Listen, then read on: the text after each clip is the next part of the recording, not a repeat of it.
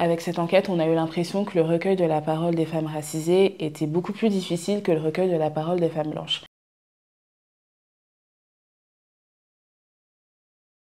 Je pense que ces femmes racisées ont beaucoup de mal à parler, premièrement pour leur statut, c'est-à-dire qu'en fait elles sont en minorité. Il y a aussi de la précarité pour certaines. C'est aussi le fait de ne pas forcément avoir eu beaucoup de rôles, je pense aux actrices là pour le coup, qui fait qu'elles sont moins exposées et donc dans ce milieu-là, dans le cinéma, plus on parle, plus on a de chances en fait d'être pointé du doigt. Les femmes racisées, quand elles prennent la parole sur des questions autour des violences sexistes et sexuelles, mais plus globalement sur les questions autour du genre ou du féminisme, leur parole est de fait invisibilisée parce qu'elles ne font pas partie des femmes considérées comme dominantes. C'est-à-dire qu'elles ne représentent pas ce que devrait représenter la femme dite universelle, c'est-à-dire une femme blanche, cisgenre, issue d'un milieu privilégié, mince, etc. C'est vraiment...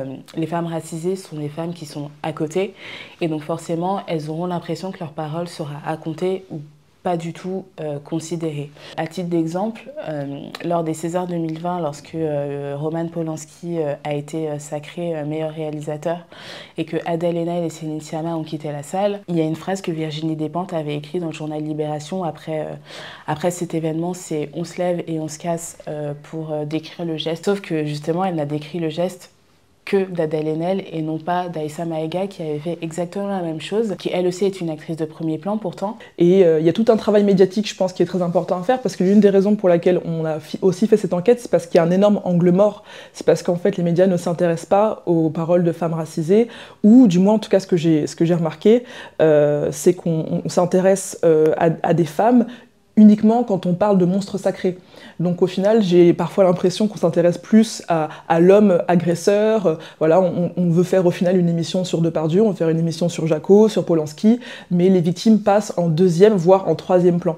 Pour pouvoir faire en sorte que ces femmes-là puissent oser prendre la parole, il faudrait tout simplement d'abord les écouter. Les écouter de la même manière qu'on écoute les femmes blanches et juste prendre le temps de les considérer comme étant elles aussi des victimes. Pour moi, ce qui fait aussi la spécificité des VSS concernant les femmes racisées, c'est la fétichisation.